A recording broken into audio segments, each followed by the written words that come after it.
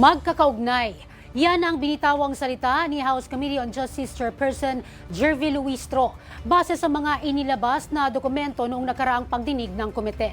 Dito, tinitingnan pa rin ng komite ang probable cause ng impeachment complaint laban sa bise sa tulong ng mga dokumentong ipinasupina ng komite.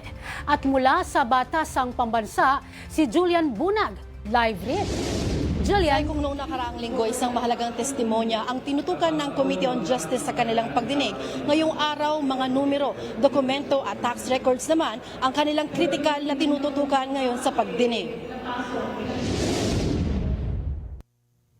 Sa unang bahagi pa lang ng pagdinig, iginiit na Committee Chairperson Jervy Luistro na sa pagkakataong ito ng pagdinig, hindi magsisinungaling ang mga numero.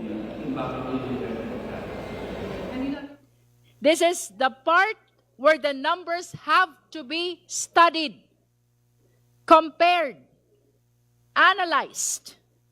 And numbers, take note, unlike people, numbers do not have motives.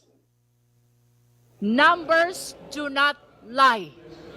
Bagamat hindi na naman dumalo si Vice President Sara Duterte, iginiit ni Luistro na komite.